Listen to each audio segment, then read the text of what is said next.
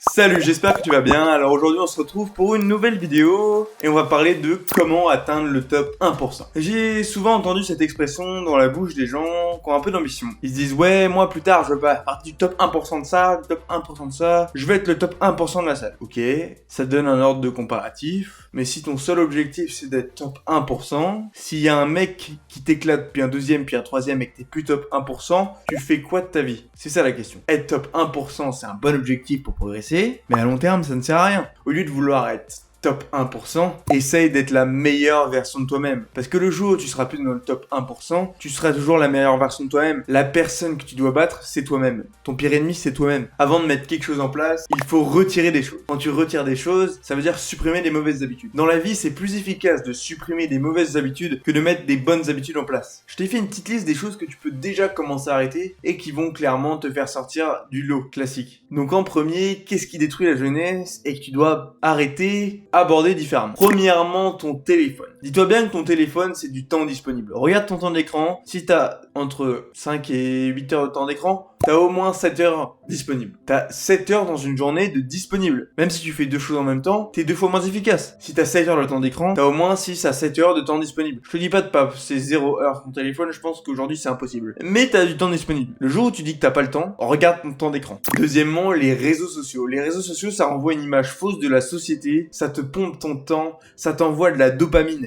T'es sur Instagram, tu mates des reels, tu fais « Ouah, le mec il est trop stock, je veux être comme lui ». Le mec, soit il fait 15 000 séances que tu pourras pas faire parce qu'il fait que ça de sa vie, soit il est chargé. Donc là, toi, tu es à la salle et au final, t'auras pas des résultats comme lui et tu vas prendre ton seum alors que t'auras un physique incroyable. Deuxièmement, ça t'envoie de la dopamine à la mort, ton système il est complètement déréglé et donc quand tu fais des trucs de ouf, t'es moins récompensé parce que t'as de la dopamine partout dans le cerveau. Troisièmement, on va parler de deux choses qui vont ensemble, c'est un groupe, le porno et le FAP. Comment c'est destructeur? Ça ruine la beauté des femmes. Tu les trouveras moins belles parce que t'as maté du porno. Ça va complètement t'exploser le cerveau, tu penseras plus qu'à ça, tu feras que ça. C'est pas une chose normale de faire ça. Deuxièmement, le FAP, tu perds énormément d'énergie à faire ça. Tu verras que si tu te mets en no-FAP, ou pas forcément, juste t'arrêtes de mater du porno et t'arrêtes de te FAP, sans te dire je suis en no-FAP forcément, juste tu te dis ouais j'arrête ça, c'est inutile, et bah tu verras les bienfaits, t'auras de l'énergie, tu seras concentré, t'arrêteras d'avoir des pensées obscènes, tu te sentiras libéré. Et tu dois aussi arrêter la dopamine. Parce que la dopamine à court terme, qu'est-ce que ça fait? Ça t'envoie plein de signaux, ça te dit ouais, ta vie est géniale, alors que tu fais rien, t'es assis dans un fauteuil. De toi à moi, est-ce qu'être assis dans un fauteuil à mater des reels comme ça?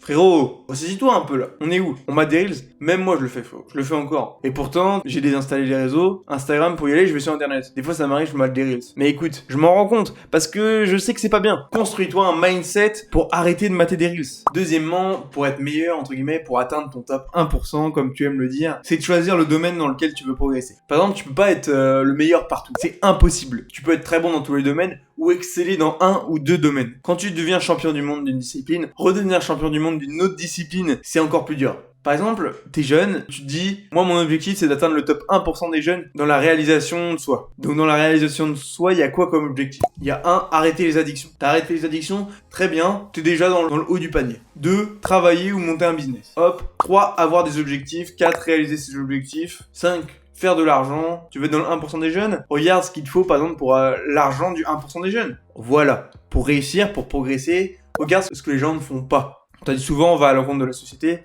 C'est plus ou moins vrai. Faut faire des choses qui choquent et qui bouleversent si tu veux atteindre ce top 1%. Une fois que t'as, disons, cette petite dose de compétences, de théorie, c'est le moment de voir si la théorie elle marche. Il y a un point où tu dis là, j'ai assez appris, ça fait allez 2 mois je lis, maintenant là je me lance, je démonte tout, je fais mon business. Et là, t'actionnes le levier, et là, tu te foires ou tu réussis. Si tu te foires, tu prends des notes, tu apprends de cet échec. Ça, c'est ce que les gens ne font pas. Et c'est comme ça que tu vas atteindre le top 1% et t'améliorer toi-même, devenir la meilleure version de toi-même. C'est en apprenant de tes erreurs. Dernièrement, on va parler du 1%. Qu'est-ce que ça veut dire être le 1%?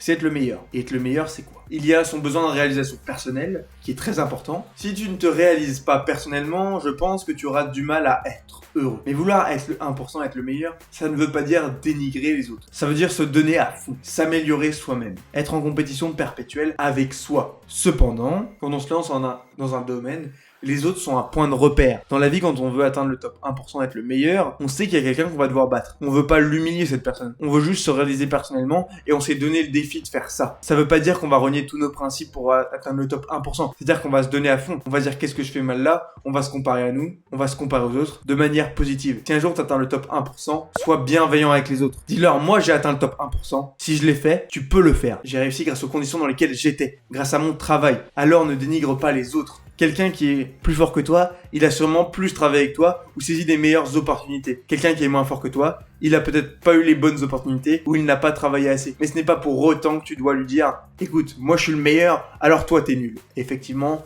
si tu penses comme ça, c'est bête. Tu dois lui apporter ton aide et lui dire « Écoute, aujourd'hui je suis considéré comme un des meilleurs dans mon sport, je suis vraiment très bon. Alors si moi je peux te donner un conseil, tu le prends ou tu ne le prends pas, à ta guise, c'est la bienveillance. Il faut que ta réalisation personnelle ne détruise pas l'aspect que tu as dans les relations avec autrui. Parce qu'on a souvent tendance à faire preuve d'ego quand on atteint le top 1%. Et sache que l'ego est destructeur. Aussi, je vais te délivrer 2-3 petits cadeaux bonus, ça c'est vraiment un bonus. Dans la vie, pour progresser, il faut savoir faire des sacrifices. C'est ça qui te permet de progresser, c'est ça qui te permet d'arriver dans le top 1%. Avant-dernier point, sois obsédé par le domaine dans lequel tu veux réussir. Quand je dis obsédé, en fait, je le traduirais plus par, en anglais, focus. Sois vraiment très concentré et impliqué dedans. De l'obsession positive. Allez, je te laisse là-dessus. Réfléchis sur ces paroles que je viens de dire. Je te laisse t'abonner, mettre un pouce bleu, un commentaire. Je serais ravi de débattre avec toi en commentaire. N'oublie pas de mettre la cloche. Et je te souhaite une bonne journée. Allez, à plus.